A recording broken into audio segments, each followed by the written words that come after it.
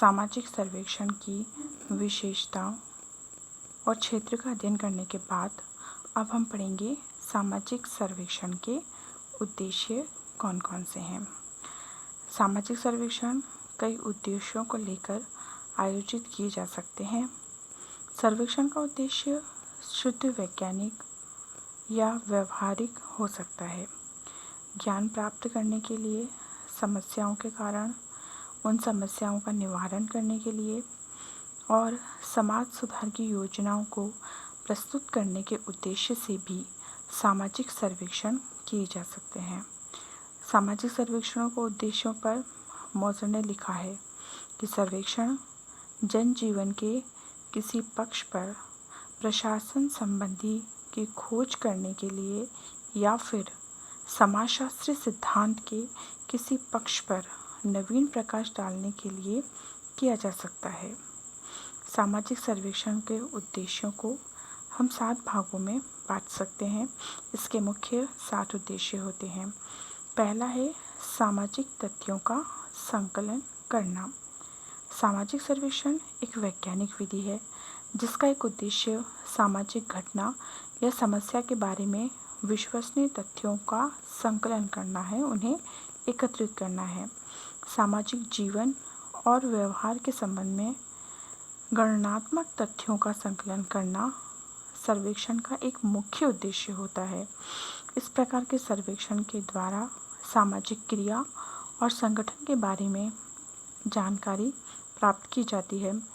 लोगों के रहन सहन, आय वितरण, आर्थिक और सामाजिक सुरक्षा, धर्म, मनोरंजन, शिक्षा, व्यापार और उद्योग, पारिवारिक रचना, जनसंख्या की प्रकृति, वैवाहिक स्थिति आदि के बारे में सर्वेक्षण के द्वारा सूचनाएं संकलित की जाती हैं।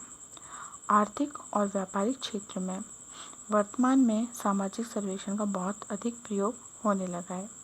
कई व्यापारिक कंपनियां हैं जो अपने माल की खपत की संभावना को जानने के लिए बाजार में सर्वेक्षण करवाती हैं। सर्वेक्षण के इस व्यावहारिक उपयोग से इसके विकास में पर्याप्त सहायता मिली है।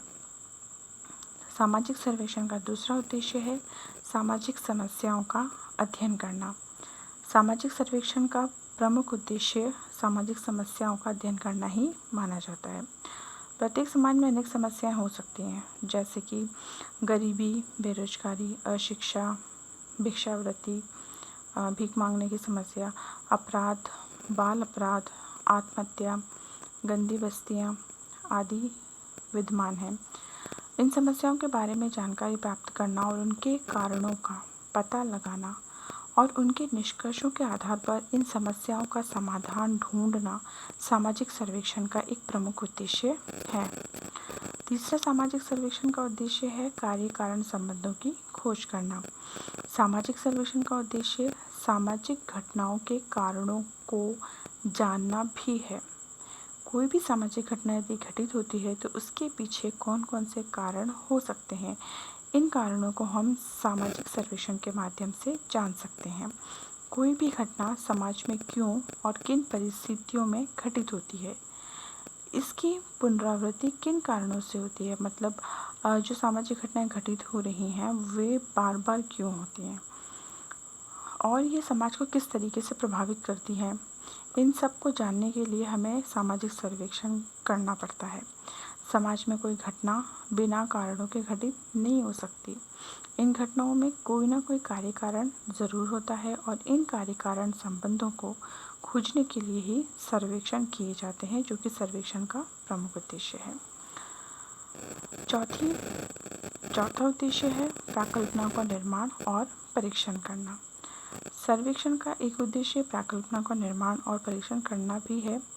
जिस समुदाय या समूह का हम अध्ययन करना चाहते हैं उसका मुख्य सर्वेक्षण कार्य प्रारंभ करने से पहले छोटी मात्रा में एक अग्रगामी सर्वेक्षण भी किया जाता है, जिसे हम पायलट सर्वे कहते हैं।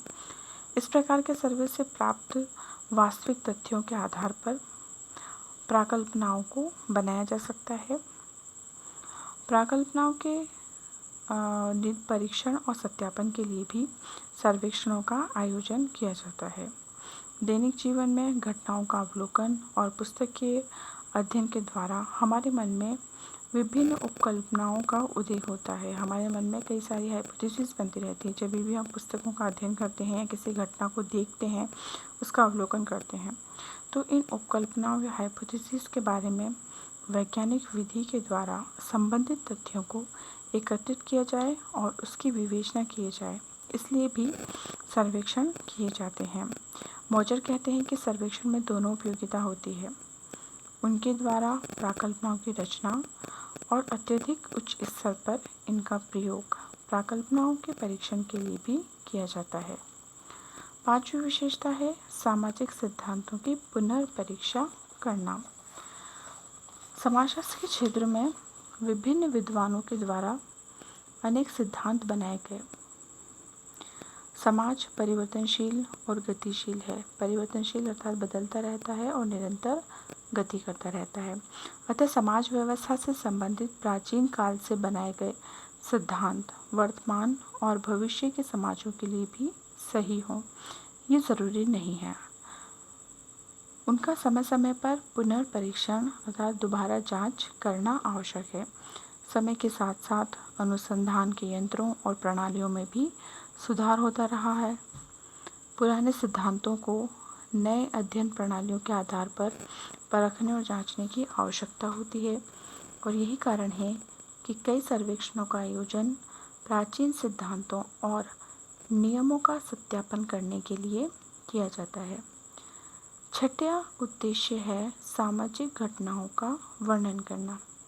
मॉजर कहते हैं कि समाजशास्त्रियों के लिए सामाजिक सर्वेक्षण का उद्देश्य पूरी तरीके से वर्णनात्मक हो सकता है और सामाजिक दशाओं, संबंधों तथा व्यवहार का अध्ययन। कई बार सर्वेक्षण किसी विशिष्ट उद्देश्य को लेकर नहीं किया जाता, बल्कि केवल सामाजिक घटनाओं के वर्णन के लिए किया जाता है। अधिकांश सरकारी सर्वेक्षणों का आयोजन सामान्य सूचनाओं के संकलन के लिए किया जाता है। इस प्रकार सर्वेक्षणों की रिपोर्ट और आंकड़े समय समय पर प्रकाशित होते रहते हैं।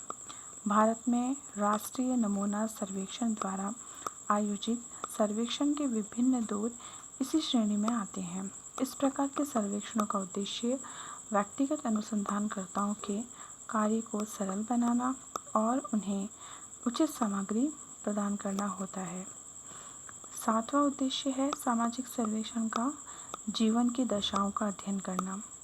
सामाजिक सर्वेक्षण की उत्पत्ति और विकास से पता चलता है कि प्रारंभ में इंग्लैंड और अमेरिका में सर्वेक्षणों का संबंध मानव जीवन की सामान्य दशाओं को ज्ञात करने से रहा है। सर्वेक्षण श्रमिक वर्ग की जीवन दशाओं और समस्याओं के अध्ययन से प्रारंभ हुए। आज भी अधिकांश सर्वेक्षणों का आयोजन लोगों के रहन सहन, आय व्यय, व्यवसाय, सुख सुविधाओं, समस्याओं, शिक्षा, धर्म, स्वास्थ्य, पारिवारिक जीवन आदि के बारे में वास्तविक तथ्यों को ज्ञात करने के लिए किए जाते हैं। चार्ल्स बूथ, राउंडट्री और लीपले द्वारा किए गए सर्वेक्षणों का उद्देश्य श्रमिक वर्ग और सामान्य जनता की जीवन दशाओं के बारे में जानकारी प्राप्त करना था। तो इस प्रकार से आपके सामाजिक सर्वेक्षण के मुख्य 7 उद्देश्य हैं। सामाजिक तथ्यों का संकलन करना, सामाजिक समस्याओं का अध्ययन करना, कार्य कारण संबंधों की खोज करना, प्राकल्पनाओं का निर्माण और उनका परीक्षण करना, सामाजिक सिद्धांतों की पुनर्परीक्षा करना, सामाजिक घटनाओं का वर्णन करना और जीवन की दशाओं का अध्ययन करना।